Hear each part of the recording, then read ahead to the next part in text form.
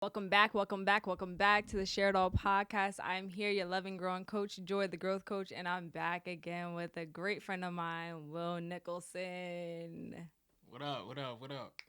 Guys, I had to call Will back up because I feel like although his first episode, your first episode that you did with me, it was good. We have to do another one because we gotta give you more justice on what you gave. Shout outs to you giving us the seventh episode topic, and just shout outs to you just in general, sir. Oh, and you almost about to graduate after this semester. Shout outs to you. That ain't hit me yet. That's funny. That ain't hit me yet. I After ain't really December, think you about it. done, boy. And I'm out of here.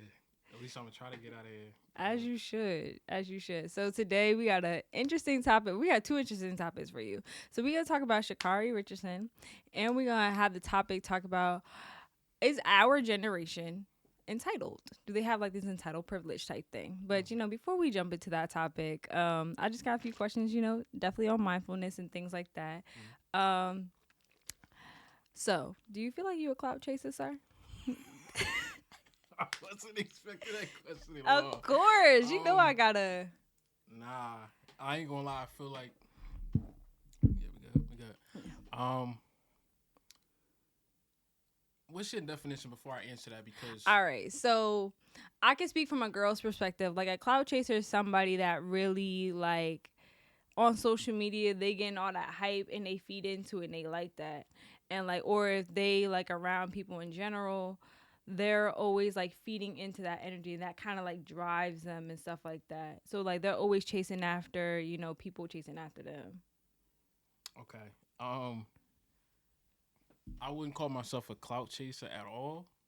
However, I'm a little older, so my Instagram page, for anybody that follows me, what I've been trying to do more consistently is post a lot more motivational stuff, um, just stuff to like kind of keep people's heads up, and I really do that for me. But a lot of people hit me up and they like, "Yo, continue to do this because it's helping me." So I I do get a lot of reactions. I get a lot of people. It's a lot of attention that I get from it, but I don't look at it like it's clout. I look at it like it's just like a form of self care for anybody that for myself and anybody that follows me. So and when I do get that attention, it does give me the motivation to continue doing it. So I don't call it clout chasing. I call it like just kind of being one for the people. Because like I said, that helps me more than anything. It's really just more therapeutic. So where I could look back at my page and be like, yo, you said this on Tuesday, you guys stick to it. Like that's how I look at it. So I wouldn't call that clout chasing. Now back in the day when I was like back in the day when I was like Maybe freshman, sophomore year in college, maybe coming out of high school, I still wasn't a clout chaser, but I really cared about what people had to what say. people had to say, what the likes was looking like. So I was just like other people. So if I post something at 3:30 and it's 5:30 and I haven't gotten at least 50 likes, I'm taking it down. That's how I was thinking, but I really cared about what people were saying. Now it's different. I really don't care. I care about what people is thinking, people what they feeling, and that's what drives me to continue to post what I post. But at the same time, I took a lot of my stuff down because another form of self care for me is kind of purging my page and not letting people be so in tune with what I'm doing and what I got going on. And for me, social media can be a drain, but at the same time, it is therapeutic. So I go back and forth between it. But to answer your question, no, I don't think I'm a cloud chaser at all. Okay, okay.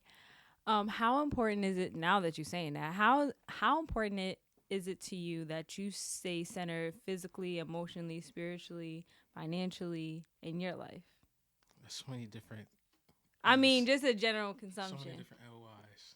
Um, Like, how important is it? nah, it's very important. That's what keeps me.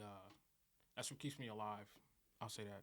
Not to like make it dark, but it's when it comes to if we're talking about physically, emotionally, mentally. For me, all of that is like put in one.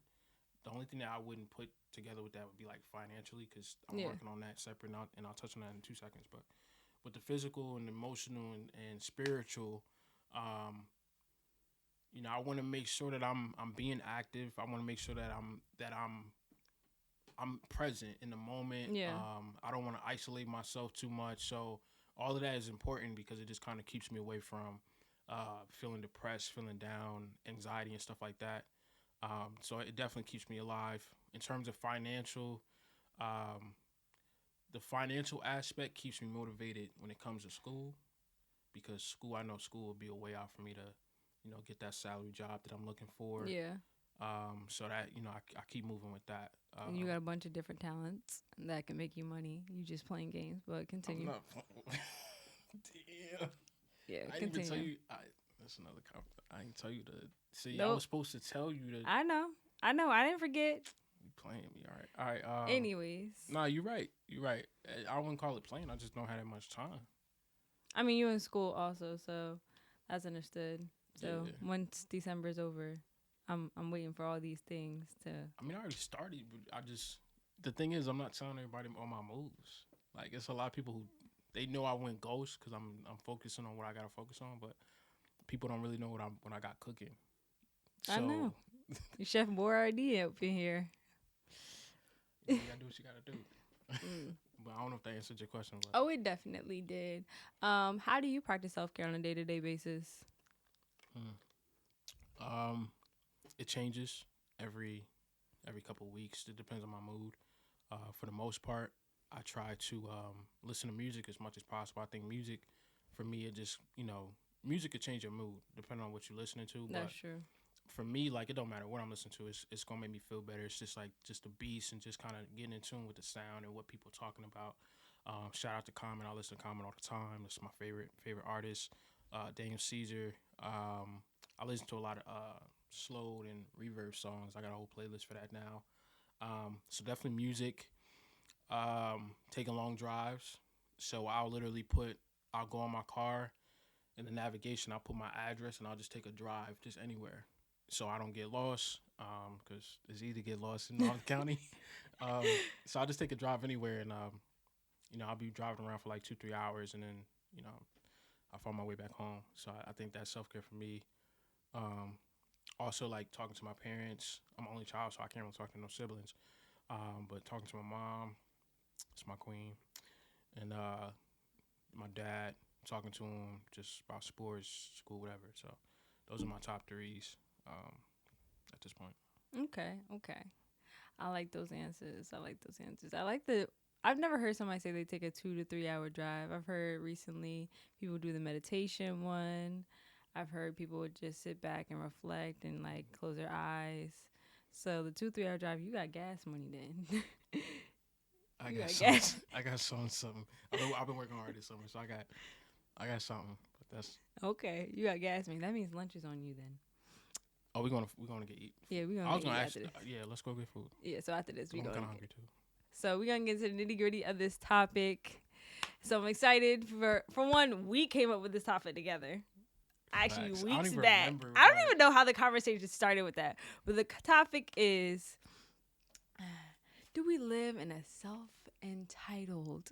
And you don't even like calling it self-entitled, but I feel like it's self-entitled. Well, the reason why I didn't like self-entitled, like, it's because when I think about entitlement, I think about self, period. You know what I'm saying? Unless you're talking about the entitlement of a group, but that becomes a systemic issue, and that's another topic. But just for the purposes of this conversation, when I hear entitlement, I'm thinking about self.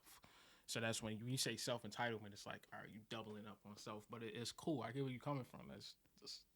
That's the OCD kick.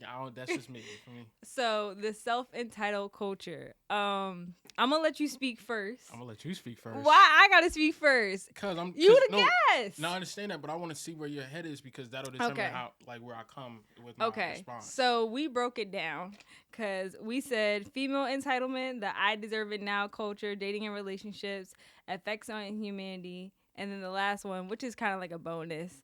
Mm-hmm. Does the current generation date with intention? Right. So I'm gonna try and touch on all of them, but not really. The last one I'm gonna save let's go. Yeah, I'm gonna go one by one. But I'm saying just in a general perspective for the quick. Discuss it that way. So self-entitled. I do believe we live in a self-entitled society. I hate to say it, but it's true. I think everybody's thinking about how to get themselves forward, but they're not thinking about everybody else that's in their corner. The one person I can say I actually applaud that doesn't live in a self-entitled culture is LeBron James. Because just hear me I out. just want to ask Okay. what's your definition of self-entitled? Because the first point that you just made, I'm trying to figure out if Okay, so you when I know mean by what. self-entitled, I mean like it's me. It's about me. And I'm only thinking about myself, my growth, how I get to the next level, how I continue to make money, how I care about my look. I'm not worried so much about, although I got people around me and I love and care for these people. When I get up there, I'm not focused on bringing everybody else up with me So all can the I tell time. you my definition? Okay, go Because ahead. that's part of it, right? But when we started talking about self-entitlement, that's not what came up first for me. Okay, What came up first for me was if I'm entitled, I'm thinking like you owe me something. that too. So we just so we know we've coming from two different perspectives. That's fine. But how I'm gonna respond is based on the world owes me something.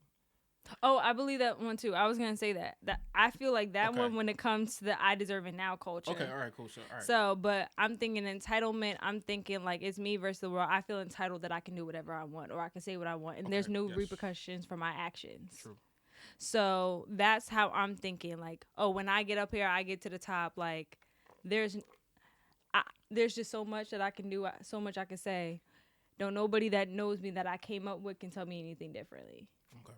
So that's how I'm taking the do we live in a self entitled culture, in my opinion. So yeah, we do. Is it sad? Yes. Podcasts like this are kind of calling things out, holding people accountable. Y'all hold me accountable. Shoot, he holds me accountable every other day. That's what friends are for. Every other day he holds me Yes. accountable. But no, for me, how I think about it is I want to bring my friends with me along the journey, because when I get to a certain level, I ain't gonna know how to handle like all the success, all the money, all the things like that in the world. And you gotta have a tribe around you that's gonna protect you, your heart, your mind, your family, your kids. And that's what I think is so important. But I think our generation, especially because they got this lovely device here that Apple made or like any other things made. That look, Apple sponsored me, but no, they care so much about what everybody else in the world is saying about them. They kind of forget their humble beginnings, in my opinion. So that's my little spiel. Going to yours. So when we talk about this topic, I feel like I agree with everything you said. However, I feel like because this generation is so self-entitled because of the way we've grown up. And I say I grew up a little bit differently, and I'm not, I just gotta embrace that fact. But just are we talking about our community? Yeah, we can talk about our community. So a lot of people in our community grew up on survival. Yeah. So with survival, it comes down to it's like, yo, I gotta do what's best for me. Even if you living in a household with like other like siblings and stuff like that, at the end of the day, for the most part, you gotta do what's best for you. Obviously, you're gonna do what you gotta do to provide for the people around you, your friends, your family, and so on and so forth. But when it really come down to it, you're gonna do what's best for you, and that kind of carries over into your mindset of like, I'm gonna try to get as far ahead as my friends and other people as possible, and not even worry about the people around me. Yeah, I mean, it's hard for me to really talk about that because I never really had that issue. Because I grew up a little different. I didn't have to grow up on survival. I was able to kind of, thank you. I didn't have to grow up on survival. I was just kind of like, I don't know. I wanted people. I wanted to be around people. I wanted to be able to have friends that held me accountable. Even though I had a small circle, I still had a lot of people who wanted to see me do well and didn't let me fall through the cracks and so on and so forth. So I like that because I didn't have any siblings growing up. I only had my parents. So I kind of relied on other people around me. I didn't want to be ahead of them. The only time that self entitlement came out was when I was playing sports. Like that. That's the only every man for themselves. Yeah, we're gonna talk about that a little differently, but I ran track, so and that was my sport. I love basketball, I love track. To this day, if I could get back on the track, I would. All I need is some practice. I'm telling you. But I continue. don't play. But anyway, nah. So with track, it's like I had to look at it like I'm here for me. Like I'm gonna do way better than you. I'm gonna get farther than you. I'm gonna win before you do. Like, cause it's track. You gotta have that. It's sprinting. Yeah. You gotta have that mindset. If you don't, you're gonna lose. Yeah. Either you're gonna lose in the present, in the moment, or you're gonna lose mentally. You ain't gonna be able to recover. But with basketball, I think that kind of balanced me out because you can't really do that. It's a team sport. You can, but nowadays you probably could. Yeah.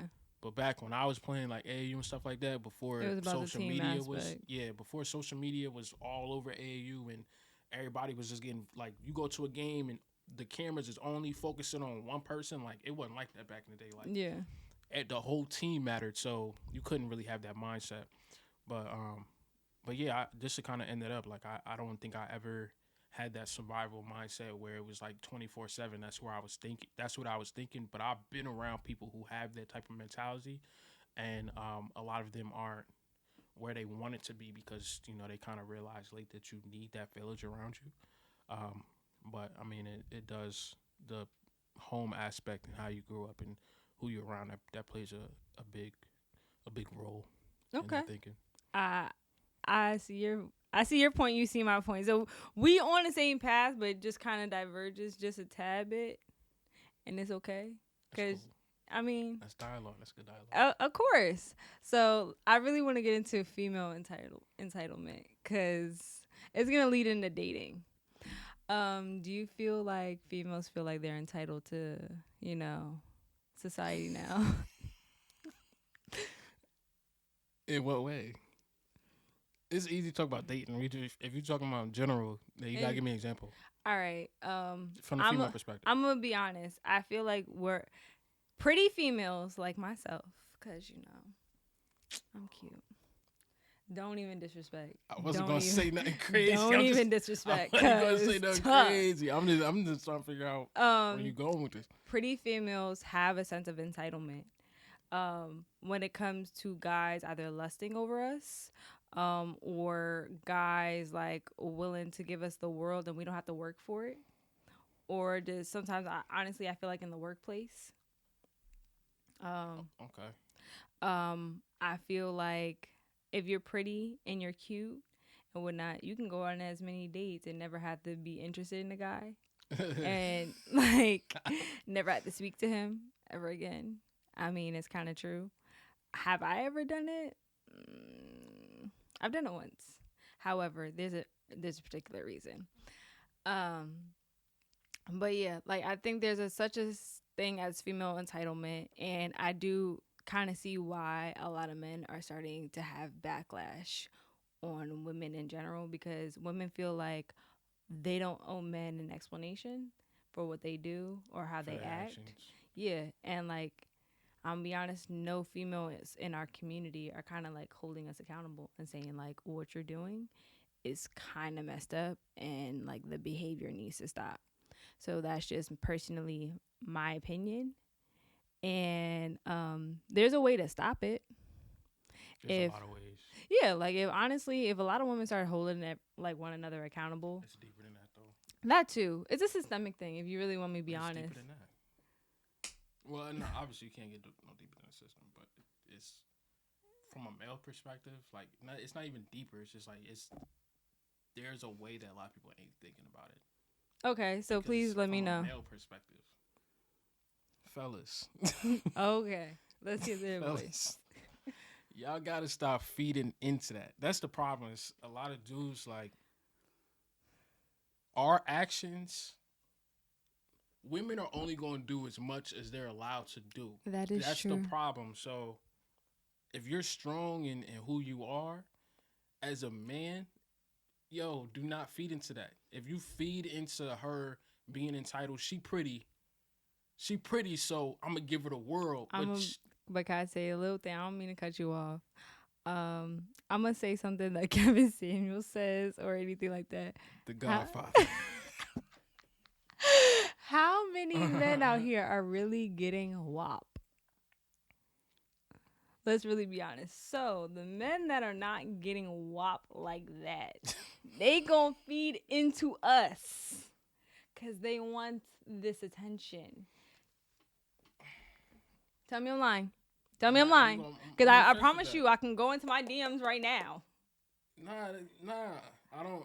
Like, there's a lot of guys out here that they ain't getting enough play from, like, the women in their community or things like that. So what are they going to do? They're going to feed into other women and whatnot in order to get that attention. I don't know. I feel like a lot of men, they feed into that just to kind of like boost their ego a little bit. They kind of hit y'all up because it's like, I got the money now, so I slide you 50 grand. I just want to slide you 50 grand so like, daddy got you. You feel me? Like that, it boosts your ego a little bit. I don't think.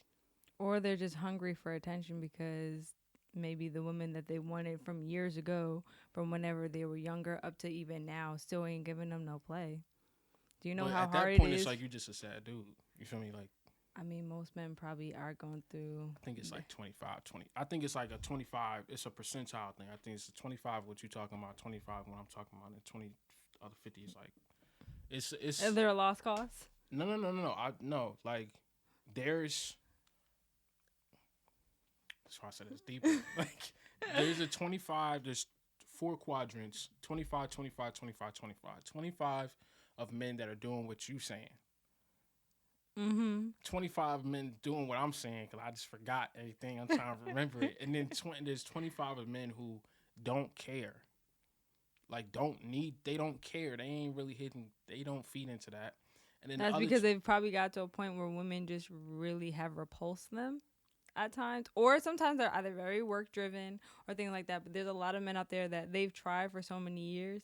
So now they're anti-women because... Okay, that's the 25. That's the extreme 25. And then there's a 25, like the men that celibate don't care.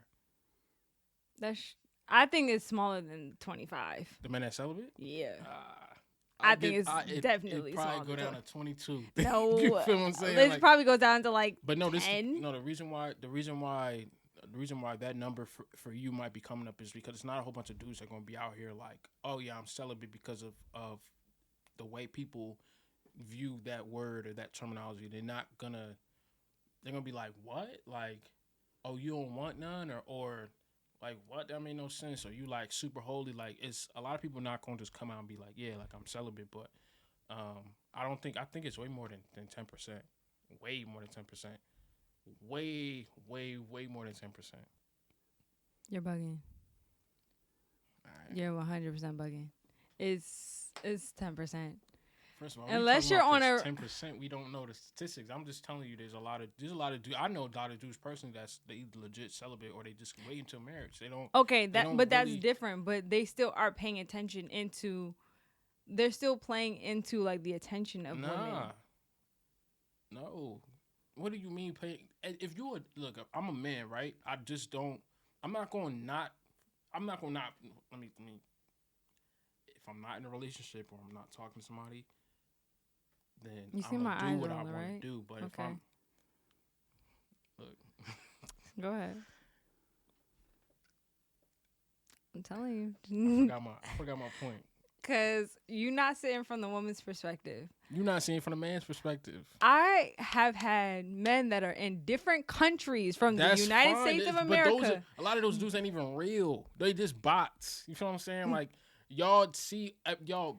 Like, I got women, I got men in America.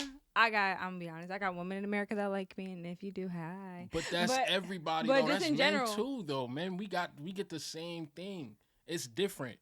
But at the same time, y'all, the women, y'all get a lot of attention. Like, it's different now. You feel me? Y'all gonna get tons of attention. And then women, y'all feed into it too. It's like, oh my God, he gonna give me $50,000, but I never met this man before. Like, I'm gonna take it. Like, yeah, but if we take it, just know that just because we take it, I was just having this conversation with Kiani last episode. Just because we take it, that don't mean that we gonna give you what you want. But that's not what we talking about right now. Because that's not what we talking about right now. Because that's another conversation. Y'all, I'm not saying y'all take the 50,000, y'all automatically we entitled to something. That's not what I'm saying. What I'm saying is a lot of women feed into the idea of this man wants to give me $50,000, so I'm gonna scam this dude out of giving me $50,000. You know this dude is giving you. Let's say it's an older dude or just somebody that you know you would never give not even a wop to. You would just never talk to him. Of course. So but you still gonna take that man $50,000, and then you never gonna talk to him again. And then later on in life, he gonna be like, man, like I gave this woman $50,000, but she. But are we supposed to feel bad because y'all? I feel like morally, I mean, granted, I feel bad when I do that because I will tell people up front. My intention is. So you do that? No. You just.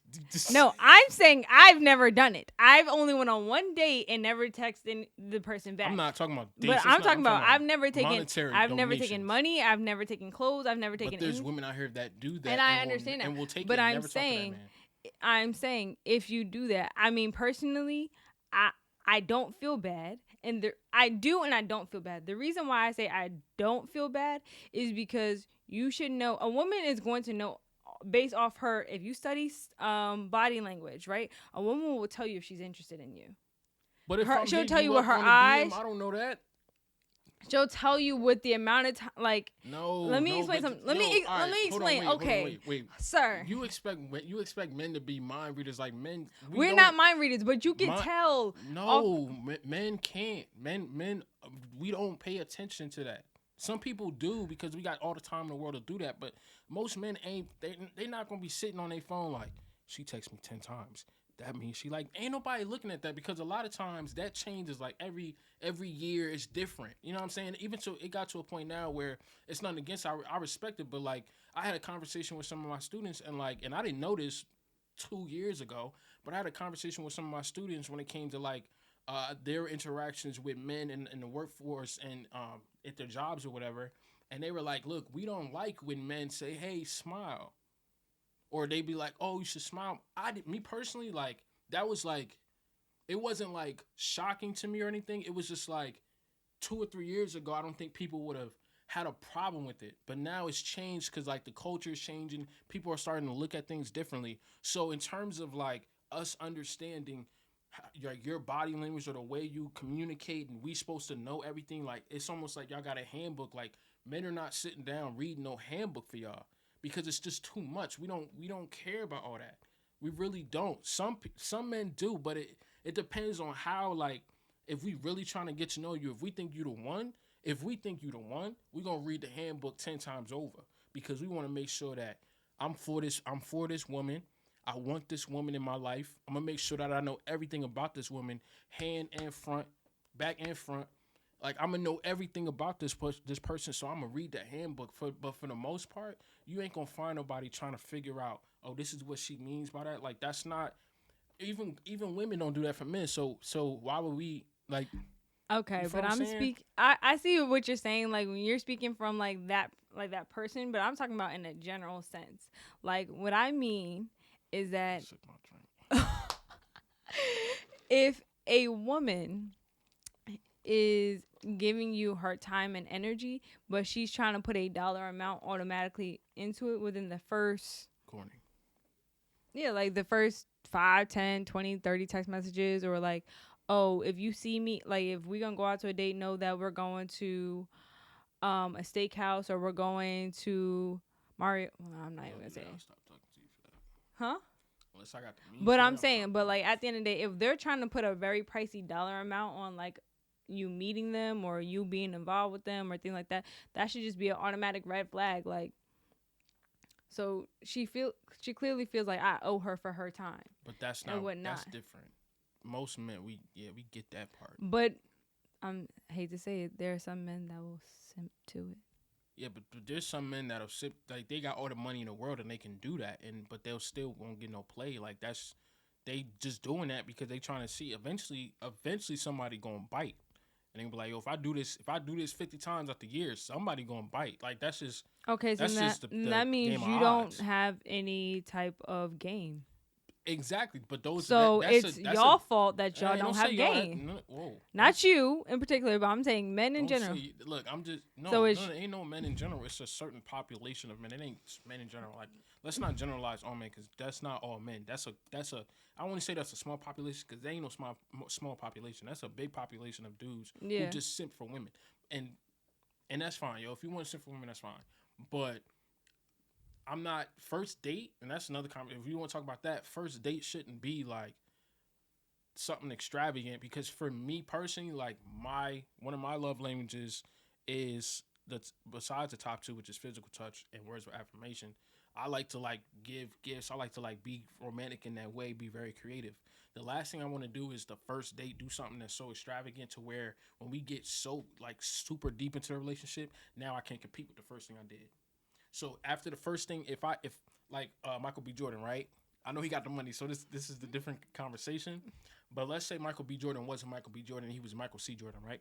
And he had a different level of cash. He was in a different tax bracket, but he still took Lori Harvey, and let's say she wasn't Lori Harvey. They don't got money like that, but whatever. He was simping, and he took Lori Harvey to the aquarium, rented out the aquarium. That's mad romantic. I like it. I like aquariums, whatever.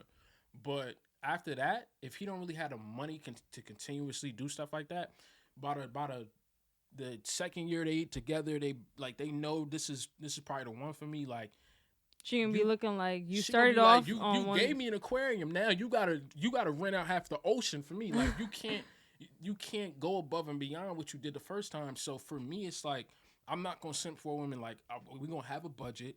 I want to see if you could respect where I'm at financially, where I'm at when it comes to my budgeting, and I want to see if we could just have a good time without putting so much of a monetary value on it.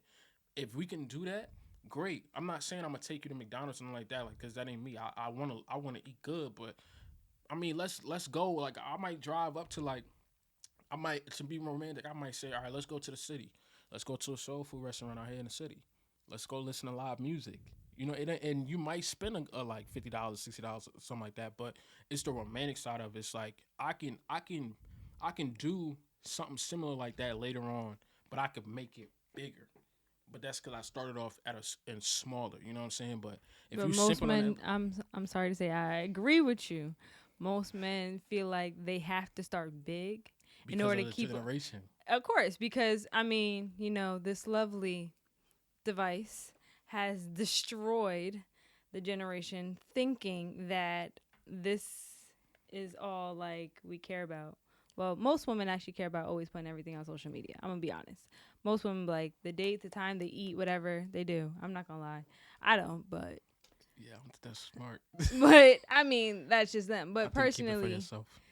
um, that's the thing. So whenever they're seeing things on social media, they're comparing themselves. Oh, like my friend just did this. Oh, this and a third. Or when they're telling them their interests, they're thinking, oh, she like mad expensive, like because those are her interests. Instead of thinking she's might tell you that's her interest, but what if we did something that's outside her interest and she had fun? And so now she got a brand new interest. So I think men are thinking in order to get women, we have to stay within their interests, and it can be an expensive interest. So that's But kind of another thing. and yeah, but I mean, my advice to and I'm big on like dating strategically and like how to do that, because I grew up just being a gentleman about things and taking people on dates, and I actually like going on dates, especially first dates. I think that could be a great time. Second dates is even better if you really get if you really put the thought into it. But when it comes to first dates, the biggest advice I can give you is to first of all, like, plan it out ahead of time. Um, Communicate, see if that's something that she will want to do. Like, don't come up with a first date where y'all diving off of a cliff. I mean, unless she's into that. If she into it, great, but that's where the communication. You don't want to be like, oh, I'm about to surprise you, and y'all get to the cliff, and she like, bro, I got a super serious thing of heights. Like, I break out in hives. Now it's like, damn, like you ain't going on a second date after that. So you want to communicate, but I think just start off small and take risks to it too. Like, you could start off small and still take a risk. Taking a risk might, all right, I want to take you to a soul food restaurant, but where the soul food restaurant at? We live in New Jersey. All right, I want to take you to a soul food restaurant Philly. in Philly or Connecticut or Boston. Shoot, Boston only 4 hour. I'm just saying, there's some spots in Boston. Who driving to Boston? It's only 4 hours. If you want to, that's a risk. I'm just saying. Okay. You leave at 12. You get there by 4:35. If there's no traffic, it just depends on. You don't have to do it. I'm just saying it's just about risk. So you even asking like, who doing that? Exactly. I've never had that happen. However, I I wouldn't do am that down myself. for that. I'm giving people advice. I'm not gonna Look, drive to for the Boston, lovely, but for the person that is out there, 'cause since now I'm kind of single. Um, oh, I didn't know that. yeah, that's a whole nother story we're gonna talk You gonna about. put that on camera? Yeah. Yeah, why Okay. not? Take it to Boston. Drive to Boston. But She yeah, ain't never been. Go ahead. I hate you. Anyways, That's funny. I agree with you. All right, so I kind of want to spin this idea.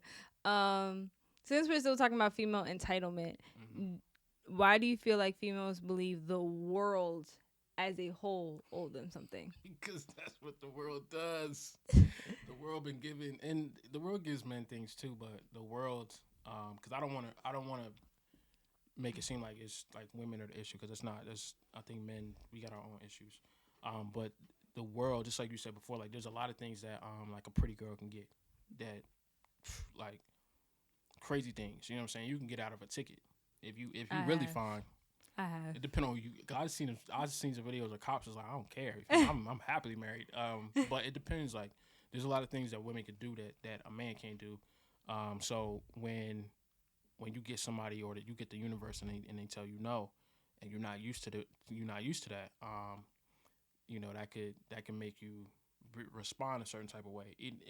Same thing is like if you came from like a 2-parent household, and let's say you had your father in your life, but your father spoiled the hell out of you from Your daddy's girl. yeah, like you was a daddy's girl, and Yeah, he I was was spoiling daddy's you girl. crazy, like I low key I got a lot of shit. I'm yeah, sorry. like, so I mean, I know I did. So let's if we talk about it from like take our community out of it for a second, but if you think about other communities, like the white community, for example, right?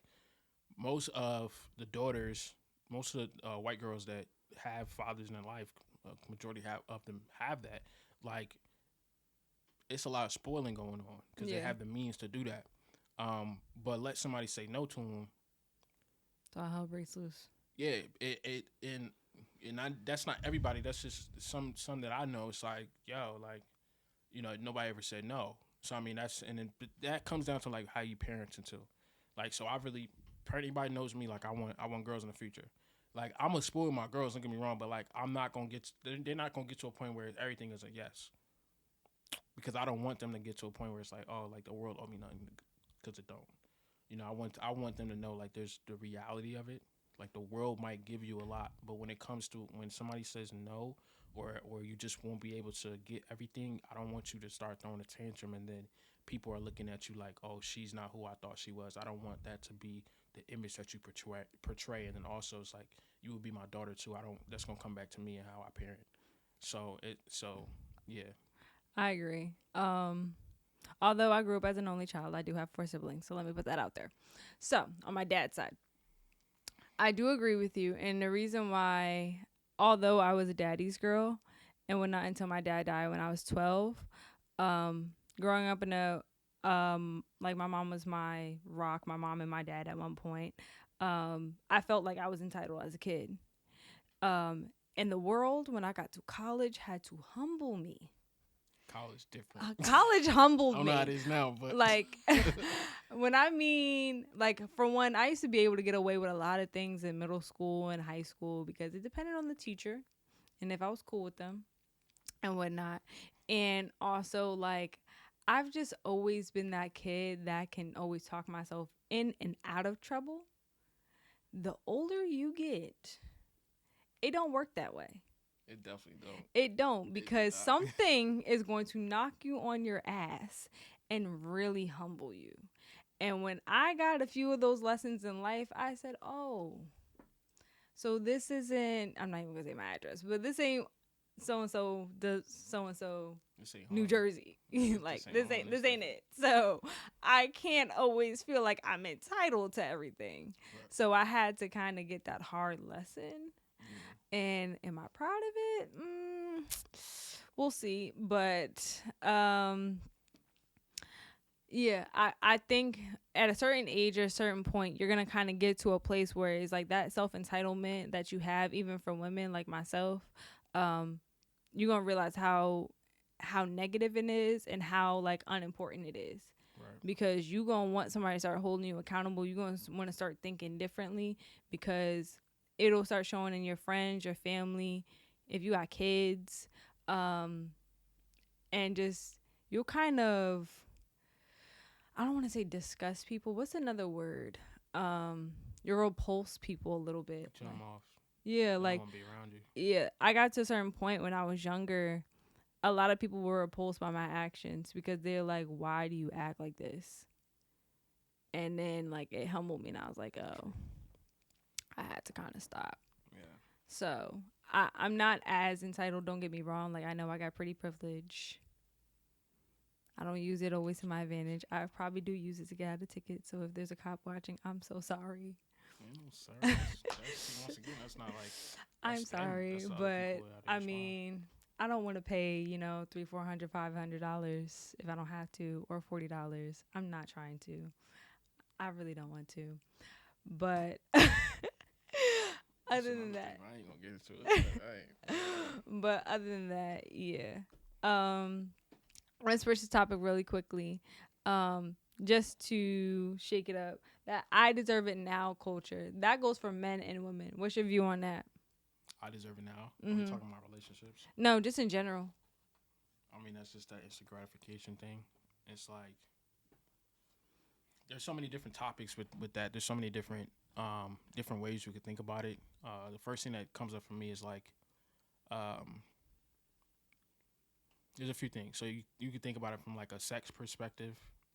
Okay. So I was watching a video recently. It was on YouTube, I think. YouTube or Facebook, I'm not sure. But it was Rob funny. What's his name? Rob's World or something like that. He's funny. But he was just asking people like, "Yo, if you fly shorty out, like, do you deserve?" You know what I'm saying? So, and a lot of people was like, "Yeah," and he was also asking women, and they was like, I mean, no, some people say yeah, because they say I'm down for whatever, I'm gonna go with the flow. But most of them said no, like no. For me, it's like I agree with the woman perspective, because if I fly you out, sometimes maybe I just want to have fun. Like maybe I just want to go out and like I'm not, when I started really taking vacations and stuff like that, I haven't really done that much. So if my wife is watching, we can start going on vacations a little bit more. I got my passport, but no, like me personally, I don't really feel comfortable going places by myself. Like I'm not a solo trip enthusiast. You know what I'm saying? So I might, if I had the money for it, I might be like, yo, like I'll fly you out. Let's go here. Let's go there. Let's get some food. Let's just enjoy each other's presence, each other's time. I wouldn't be so quick to be like, yeah, like you owe me something like that, because at the end of the day, don't nobody owe you nothing. So I mean, that's how I was looking at it. But I mean, say if you're a basketball player or something like that, and you see this fine woman. I'm be honest. I'm sorry. Go ahead. Like a lot of basketball players is like, look, I'm flying you out. Know that this is gonna happen. You're gonna sign this NDA, and we're gonna get it going. Like, but if you sign a paper, I mean, look, they don't sign it till they get there. No, I'm just saying, there's certain people, and it's not right. I'm not condoning none of this, but it's just certain people that have a certain type of lifestyle, and they have a certain level. They in a certain tax bracket to where it's like, if they fly you out, who can I use as? No, I don't want to use nobody because they might watch this. But if you've been in the league, the NBA, for like 3 years, let's say when you first got in, you was a top 15 draft pick, so you got money at this point. Like you making your bread. You a millionaire, but you multi-millionaire, so you got your bread. People know you. Let's say you a good looking dude, so women like you. They want you out here. Like you desirable out here. You know what I'm saying? Like you like an open candy, you an open packet of chocolate out here. You feel me? That's how people looking at you. So if you got a whole bunch of women, if they got a whole bunch of women that want them, and at any given day they can get anybody they want, and they fly you out, in your brain you should be like, yo, like they want me for something else. Unless they like in love with you, like kind of like rest in peace Kobe, it's Kobe Day. Unless they like Kobe saw Vanessa and was like, well, that was his wife. That was his high school sweetheart. That don't count. No. Yes, they were high school sweethearts. Kobe and Vanessa? Yes, she's known him ever since he was 18. But they met on shoot on set of a what was it, a music video shoot. Really? You ain't know that, see? No, I thought that. So from what I Mamba knew, that mentality. He was young when he got into the league. Number one, he was 18, but she right, met her when he was 18, like he right, was but still in they high didn't. school or something like that. No, he got drafted at, if I'm not, it's 18 or 19. Or wait, maybe that's LeBron James. You're That's thinking about James LeBron or somebody else, because Kobe he met Vanessa on set of a music video or something, or some it was something. But when he saw her, he wasn't like Mamba Kobe at that point, because he was still young. But he was Kobe though. He was young, handsome dude. He had money. Women wanted him like that. Like women want most NBA dudes. But Kobe saw Vanessa and he wanted her for her though. Like that, he knew that was his wife. So she probably wasn't like, they probably really did have a chemistry and they probably clicked right there, where she wasn't like, oh, he only wants me for my body. She probably was like, oh, he wants me for me. So a lot of women, like, if they don't really, if a man don't, if an NBA player or NFL, whoever, if an entertainer or a sports athlete don't really want you for you, and you'll know, we could talk about that another day, but you'll know if they really want you for you. It should kind of click in your head, like, yo, out of all these girls, like he flying me out to an island or something like that. Like, maybe it's not the only thing that he wants, but that should cross your mind. And I'm not saying you should give it up, but it should definitely cross your mind. So when he or she, when they fly you out and they say something like, yo, like, so what's good, what's popping, like, you should not be surprised. You should just be like, I knew that was it was a possibility. That I think might you come should up. have that conversation prior to even getting on that plane. Then No, that's true. But I mean, if a woman wanted to, so like one of my celebrity crushes, I got two of them, but I'm gonna just shout her out real quick. If Chloe Bailey wanted to, shout out Chloe. If Chloe Bailey wanted to fly me out, you feel me? And she like, listen, like, I think you handsome. I'm gonna fly you out, take you to the opera. You know what I'm saying? Like, I'm gonna go. I'm not gonna ask many questions. Like, I'm not gonna act. That's Chloe. You feel me? I'm not asking no questions. I'm like, Doug on Gronis. I'm like, yeah, what's good? You feel me? So it's a few people. Her, Paula Patton. I'm going. you old. Oh, I'm an old soul, so yeah. I know. Paula Patton, fine. I know. That's a fine woman. I know. That's a fine woman. Paula, if you watching. I'm dead. But Anyway. no, I'm just saying, like, yeah, if a woman wanted to fly me out and I think she's super attractive, like Chloe, like, I'm not gonna ask too many questions. So you And on top of that, it's vacation. I'm not gonna ask too many questions. But I think differently about it. So you believe that do you believe that the I deserve it now culture is just like kind of it's getting worse, or you think it's getting better? I think it's getting worse, low key. Like not even low key, high key.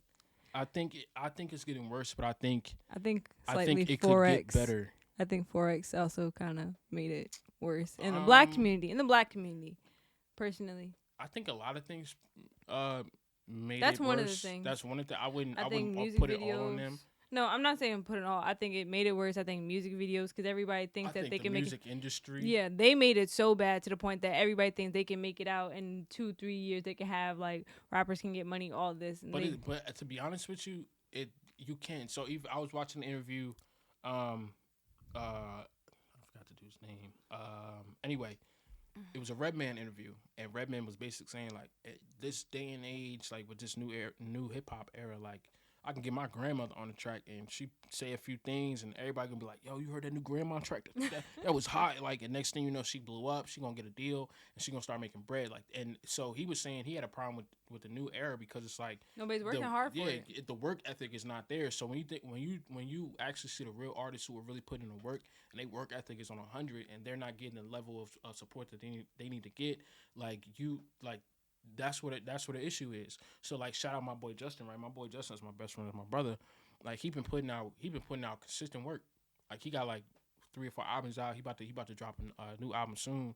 But like, because he might not first of all, we in Jersey, so a lot of Jersey artists don't get the respect they need. But because he might not talk about a certain thing or have a certain sound, or because he didn't put the word little in front of his title, nobody's really paying him no mind. So I mean, but he put in hella work. So if we talking about like if people were to make it just off the amount of work they put in for their craft, he would have blew up. You I feel me? agree. So and like I said, shout out to him because he really do be putting in work. I agree. I know a lot of artists. I have a lot of friends that like either are creatives or doing music and things like that. And the amount of work they put in is literally insane. Right. Even like here I'm on the podcast and things I do for JWP, it's really insane. But unless you're talking about certain topics that people want to hear, people want Right. to know about, or it can go viral on TikTok and something like that, Right. you're not gonna get the recognition you deserve. Right. And it's gonna take you years to get there. So. Good.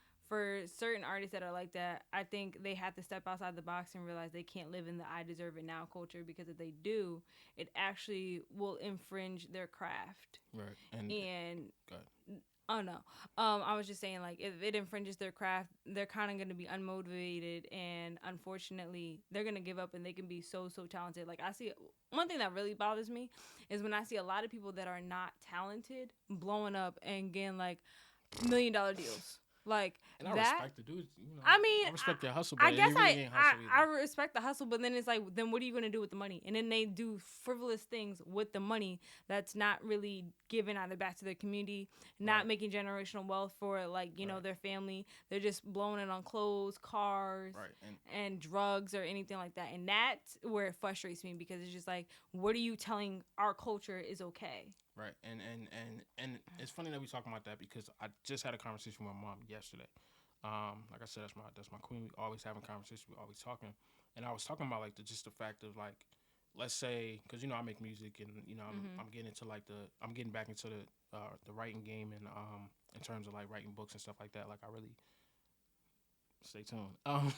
But no. So let's say I blew up and I got to a point where it's like I'm making like real money, like millions, and I had that money. Like I'm looking at like all these nice houses and these cars and stuff like that. But like me personally, like the older I get, like at this point, I don't care nothing about none of that because I feel like eventually I'm gonna get bored of it. That's what a lot of people realize once they get to the top. Lindsay Lohan realized that, like, when she got to like her mid-20s or something like that, she was like, I'm bored. Right. I Like, bought all the things I want in the world. Like, what else can you possibly want at that point? Right. There's nothing else you're gonna want. And I grew up a certain type of way where it's like I earned a lot of things that I was given from like my parents too. So like, you know, if I had a lot of if I had a lot of money and I had millions of dollars, like I just wouldn't just spend it on the like finer things in life, because a lot of people don't.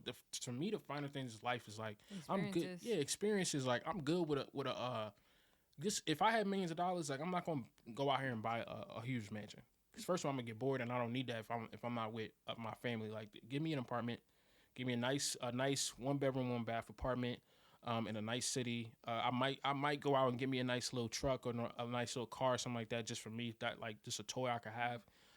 But like I'm gonna give a lot of my money back to the community. I'm gonna give a lot of my money back to my frat, you know, stuff like that. Like I'm gonna give money back to the people that helped me get to where I was. But that's my thinking. So a lot of artists, I can't listen to their music and I can't respect them as an artist or just as a person, because it's like, you know, you like outside of your music, you use the music to get the money that you get. Mm-hmm. But then when you get the money that you get in interviews, you might be like, yo, I'm trying to make sure that my community is straight. I'm trying to make sure that my people is straight. But then you never really do anything to help the people. You just talk about it. Talking about it is great because you bring an awareness to an issue. But the action, if you talk about it, there's no action behind it. I can't stay behind you. I can't continue to listen to it. I can't continue to support your music. I might still bump it once, you know, once or twice. Yeah, if you got a nice hit, you feel me? But if I don't see you out in the public and really put in the work, I can't support you. And it's the same thing with like sports, right? So a lot of people, a lot of people hate like Kyrie Irving, right? They hate him because he has a different spirituality, and his mindset is different. A lot of people don't. They think it's weird. But for me, it's like, first of all, I respect it because, you know, you never know what people dealing with, and sometimes I gotta step away and do my own thing. But the reason why I'm such a big Kyrie Irving fan, besides the fact that he played in Brooklyn, go Nets. Just besides the fact that I'm a Nets fan and he from Jersey and blah blah blah. Besides that, he be putting in hella work for the community. That's what I like. That's true. He's actually giving a lot back to his high school. That's what I like. And because it's like you're seeing him do it And the thing about it is, everybody wants to talk about the negative and the fact that he might skip a few games here and there, and he might not come to work. But ask yourself, what he doing when he not coming to work? He putting in work in the community. That's what I respect. I respect that. So at this point, he not my favorite player, but he definitely top 5 because of what he does in the community. And people still don't give him his flowers when it comes to that. You know, people talking about LeBron and what he does. Respect to LeBron. But what about the people who don't have as much money as LeBron? LeBron just became a billionaire. Kyrie ain't even close to that, really. But he's still giving a whole bunch of money back. So if, like I said before, if you're not putting money into our community, I can't stand behind you. I just can't. Until you start doing that, I can't respect you. And I would talk about some more entertainers, but I ain't trying to really get, you feel me? I don't want people to be mad because I could talk about a lot. But. Look, you know, you and me kind of agree on a lot of things. So when it comes to that, Yeah. So I definitely agree. I think the one thing that I just wish, I hope the entertainers or people that are, you know, glowing up in the music industry, sports, modeling, whatever it is in their case scenario, find a way to give back to your community and give back. Even if you start a nonprofit organization based off of something that happened in your life, do that and really try and make that impact, but really try and change the world. Like, my thing is, when it comes to this podcast or when it comes to my business, Joyful Wellness Project, is that I kind of just want to change 1% of the world. 1%, like, the world has 7 billion people in it. 1% I think is 700,000 people, if I'm not mistaken. That's a lot too. Yeah, like, if I can just change, you can change more than that. I can, but I just care about 1%. And the reason why I say if I could do 1%, my mind is, okay, when I die, my legacy is gonna live on, because those 700,000 people are gonna allow it to continue to live on. My kids, one day, God willing, I have kids, are going to allow my legacy to live on. So I'm only worried about 1% because my name is gonna hold weight. What I'm doing is gonna hold weight. Having people come on and talk about different various topics, talk about their journeys, talk about, like, give life coaching advice, and on top of that, just, like, you know, have a clientele, do workshops. That's what my thing is. And say if, you know, in a few 3 to 5 to 10 years, I'm a multimillionaire doing what I love, I'm gonna be happy. But I'm like, the reason why I'm here is because of that 1%. Right. And if it wasn't for that 1%, I am nothing without you. Right. So I'm honestly grateful for that. But I think our generation forgets that. And it's time that we really zone back in and realize we don't get anywhere without one another. Yeah, exactly. So that's my hope that people get from this podcast. But I want to talk about one last thing before we switch over to the Sha'Carri thing, is the bonus question. Do you think we date with intention? No. Oh, God, please go into that. I don't think we dated all. To be honest with you, nobody really. Oh. There's a few reasons why I'd say okay, no. wait, what do you define as dating? Physically, the action of dating to me is like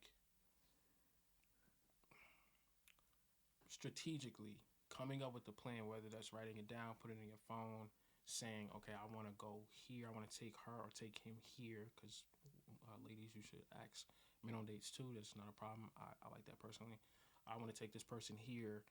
This is the reason why I want to take this person here. When we go here, what do I expect to happen? And will it be a live band? Will it not be a live band? What does the food look like? How much will the food be? What's the chances that the food gonna go over $100? Blah blah blah blah blah. What am I gonna wear? What am I not gonna wear? What is she gonna wear? Should I ask her what she's gonna wear? Should I ask what he's gonna wear? So on and so forth. How should I pull up? Should I pull up music blasting, or should I be more conservative about it? Blah blah blah blah blah. You know, and then intentions when you get on a date. What am I asking when we're on a date? What's my first question? What's my second question? Does the second question stem off the first question? What are you asking? Why are you asking that question? This is a lot. So yeah, I'm just saying, like, that's how you should be thinking about the date. That's intentional dating. If you're not, if you don't have and your plan is gonna change over time, but that's why you need to really write it down, or just think about how the date might go. Everything that we do, people forget this. Every single thing that you do every cause has an effect. Every action that you has a consequence. So let's say you say, all right, I'm gonna pull up. I'm gonna go pick her up, but I'm gonna pull up real loud, my music blast and everything. But depending on the neighborhood she in, they might not be used to that. And I ain't talking about a white neighborhood. I'm just talking about just a neighborhood. It might just be a Yeah, black like my neighborhood. neighborhood here. Yeah, they might just not be used to it. So now they see her, they know the father or the mother, and they know that girl, and they know like she really going out with them. They might say something to her, and then now instead of her coming outside excited about the date, she might come out the side doing one or two things. She might spaz on you because she's like, "Why would you roll up, bugging? I got my neighbors tripping," or she might just she might not be comfortable getting in the car with you, because now she's might be in a different headspace. So it's like the small things. I'm not saying don't bump your music, but just be aware of everything. But when it comes to intentions, that really comes down to the questions you asking. When people ask you like, "What's your intentions with this? What's your intentions with me? What's your intentions with my heart?" I think those questions are a little bit more. You got to be a little bit more specific, because those have become questions where anybody could rehearse it before the date. You need to ask specific questions. How have your last relationship been? When was the last time you were in a relationship? Why did that end? Who ended it? Was it a mutual thing? What could you have done better? What do you expect out of your next relationship? Are you dating to marry? Are you dating just to date and just to F around? What do you want to do with your life? Where do you see yourself in 5-10 years? Do you want to have kids? Do you not want to have kids? Do you want to have a puppy? Do you not want to have a puppy? Do you even like dogs? Do you even like cats? Do you like goldfish? Stuff like that. You know what I'm saying? Like, do you want to grow up at this date, or do you just want to sit here and have a conversation? You might say, "I want to take you to a soul food restaurant. I'm gonna get ribs," but I just want a salad. Okay, so let's go to Chopped. Let's just create salads, and let's eat salads and just have a conversation. So having certain types of communication and with intention, like, that's very important, because you want to show the person that you're actually interested in knowing who they are, knowing everything about the date and how to progress forward, how to move forward with this, because you've shown them, "I really care about this. I really want something with this." If you don't want something with that person, don't date them. Okay. Just talk to them. That was a lot. I can go on and on. I'm just trying to shorten it. I know. I'm gonna give my speech of what I want to say, but it kind of piggybacks off yours. So I agree with a lot of things that you say. I think the one thing that I do want to say generally, I don't think people date with a purpose of what that future in the relationship could be. And so that's like, I agree everything with what you say, but when I mean like date with intention, I come off rip when people ask me like, what am I dating for? I'm dating to marry.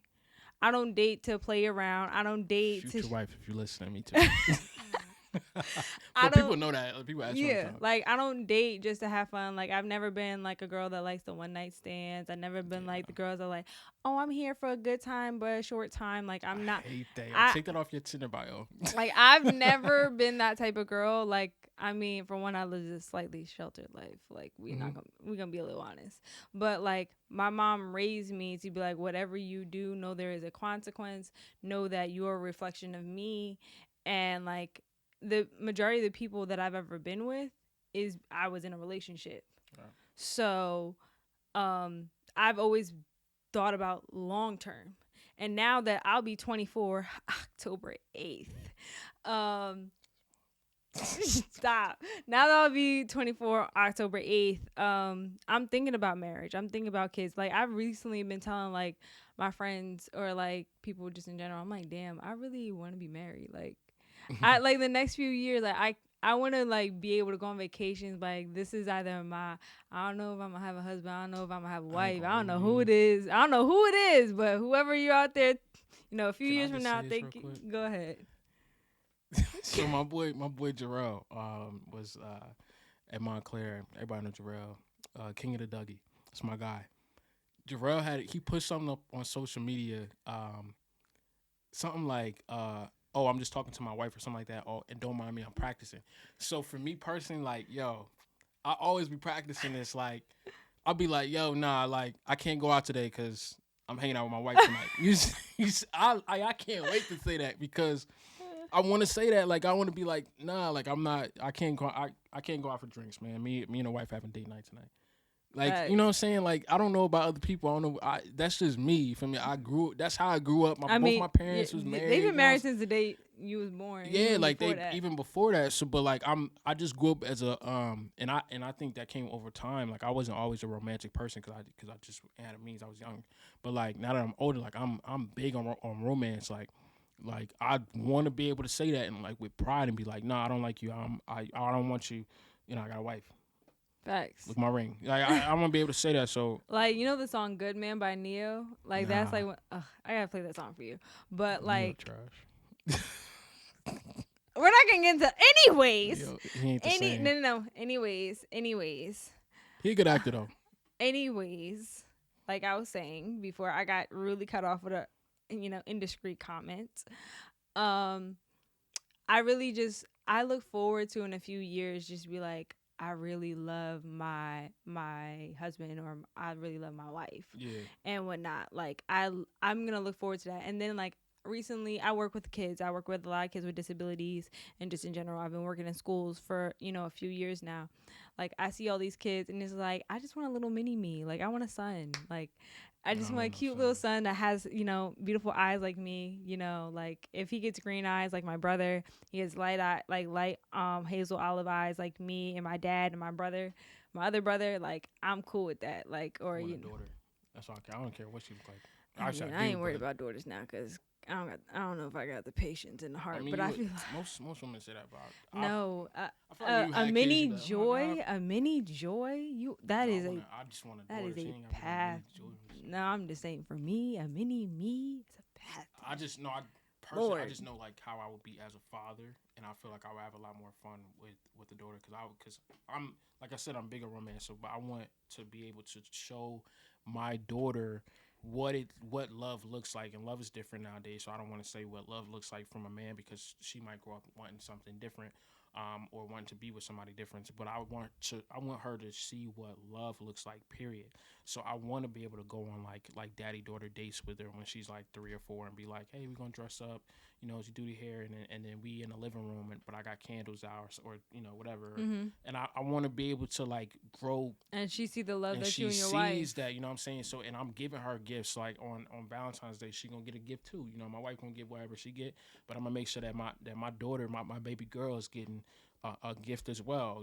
Or on her birthday, I'm gonna make sure that she's not spoiled, but she's taken care of. You know what I'm saying? So that's me personally. I just feel like as a man and as a future father, I feel like I would get so much joy out of, and not, no pun intended, but getting so much joy out of doing that. I just feel like that's what I really want. Now, if I have a son, I can do the same thing, just I would, we could play video games together.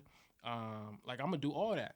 I'm gonna be 50 playing video games with my son, but I'm gonna be kicking him. I'm gonna be wild on him. I'm not taking it easy. You feel me? Like if we playing 2K, you losing by 50. You know what I'm saying? Like, or we gonna go outside. I'm gonna show him what playing outside is, or whatever he wants to do. You know what I'm saying? Like, all right. So I got a question. Yeah, I think I know what it is.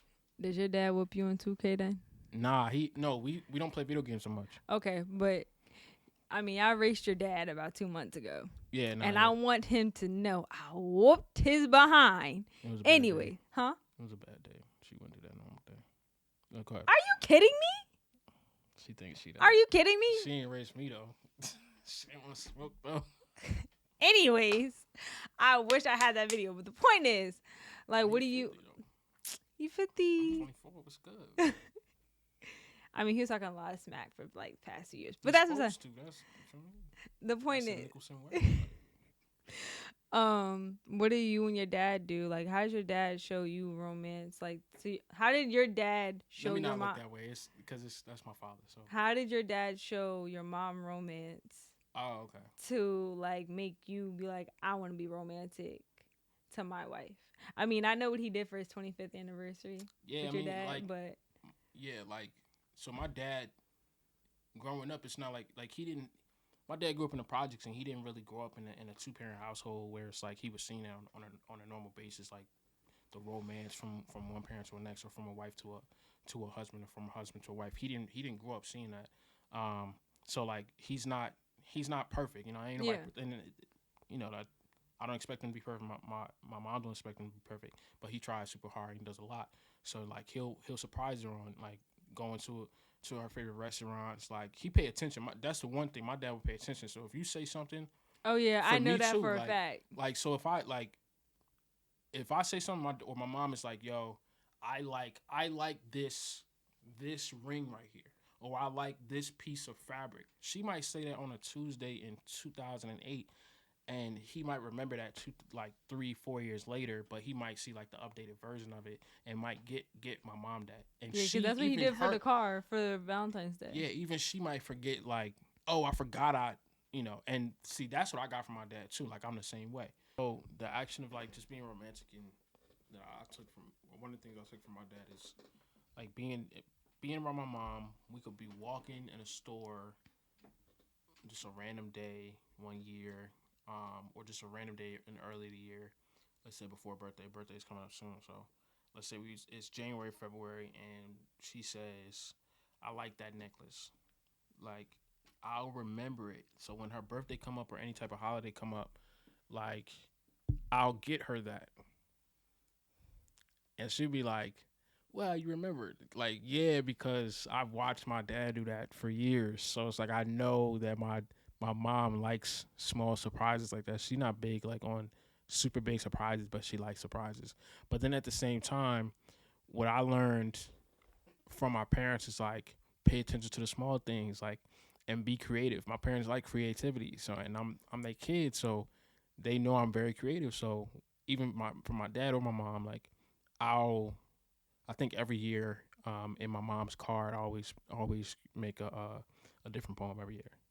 Really? Every year. Oh, that's so cute. Every single year, and like she knows it's coming, but like it's gonna say something different because every year something else happens. So for the last few years, last year or so, I've been year and a half. I've been in graduate school, but like she's helped me with like papers, or she's helped me understand something. Like it'll be something small, and I'll add it in there. I'll be like, thank you for being patient, especially when I'm working on this paper or something like that. Like I'll add something different in there every single year. So I mean that's just my way of being creative and being thoughtful. Um, and my mom knows that I'm not financially there to give her anything crazy, but I sometimes I go above and beyond. If I have $200 like with me, like I'll take 150 and give her like a really nice gift because at the end of the day, it's my mom. So, I don't have a girlfriend or anything, so I'm a spoil my mom a little bit. So that's just Aww. for my future wife, just know I treat my mom well. Any man that treats his mom like, I'm telling you, he'll treat you that way. So Facts. All right, so, ooh, I like that. I like that you pay attention. Like guys that pay attention to detail. I gave y'all the roll of claps, applause, because I'm here for that. Um, women that are of substance. We like that. We appreciate that. We will pay attention to you. If you pay attention to us, we pay attention to you. We will cater to you. Fellas. So I think that's a good thing that you do that. When it comes to romance. For me, I think I've always just been a hopeless romantic, so Me too. I'm slightly a hopeless romantic. So my gift giving is on point. And the reason why I say it's on point, I gotta really give it to my mom. My mom is so creative when it comes to gifts. Every year, and I don't know what she's gonna do this year because I'm turning 24. But like every year is she's either decorated my room, and I tell her when I'm married, when I have kids or whatever, if I'm living in a different state, she gotta fly out and still decorate my house. Like depending on what year, if it's my 30th, my 40th, my 50th, and God willing she's still alive till then, I'm sorry, that's her job. She know that any major birthday, my 25th, and I'm not in her house or anything like that, just know she gotta fly somewhere and decorate my room. She gotta decorate my house. That's sorry. The tradition. That's the tradition. Across the country, that's like she gonna have to fly like while I'm just asleep to at paint night. a room like No, she like because like what I mean. So if you walk in my room, there's this note on my door, and it's like, oh, clean up your room this and third. And I'm like looking, I'm like, I know my room is clean. Like, so what's she talking about? So I came in my room, I think it was my 16th or 17th or 18th birthday, and she had decorated the entire room with like happy birthday 18. Oh, you mean like queen. that? Yeah, like you stuff ain't like talking that. about like paint the room. No, I mean like okay, all right. creatively do stuff like But that. but your husband and your boyfriend gonna do that. I mean, of course, but like that's a tradition like me and my mom have. And then like I'm gonna show the gift that my mom got me for my 21st birthday, and I cried. So my dad died when I was 12. My grandmother just died 2 years ago. My grandfather just died when I was this past December. So the four most important people in my life are them, and including my mom as well. And as you can see, like they're clearly on my wall. And I value like them, like the wisdom that they put into me, the love, the knowledge. And so for my 21st birthday, she made me this.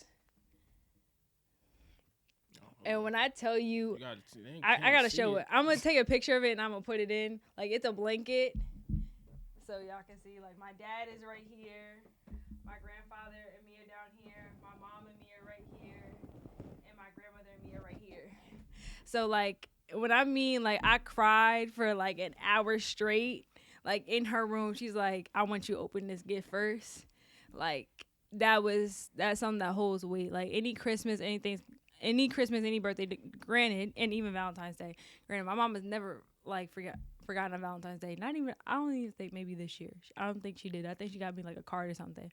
But like her gift giving has always been on point because she thinks like creatively outside the box. She's like, I know I can give you everything in the world, and she has, but she wants me to know that I'm loved, I'm appreciated, and like she wants me to think like it's not about like how much the value of the gift is, it's how much weight it's gonna hold in your heart. So, Mom, if you ever watch my podcast, which I know you don't because you don't go on YouTube, and yeah, but thank you. I appreciate you and I do love you. And this will always be on YouTube and other platforms for you to see. But thank you, and I appreciate that because now whoever I'm with will have that amazing gift of me giving gifts. This just became another conversation. We went from talking about romance to talking about best gifts. I'm just saying, but like when I'm talking about romance, like that side of romance, that's gonna come out. So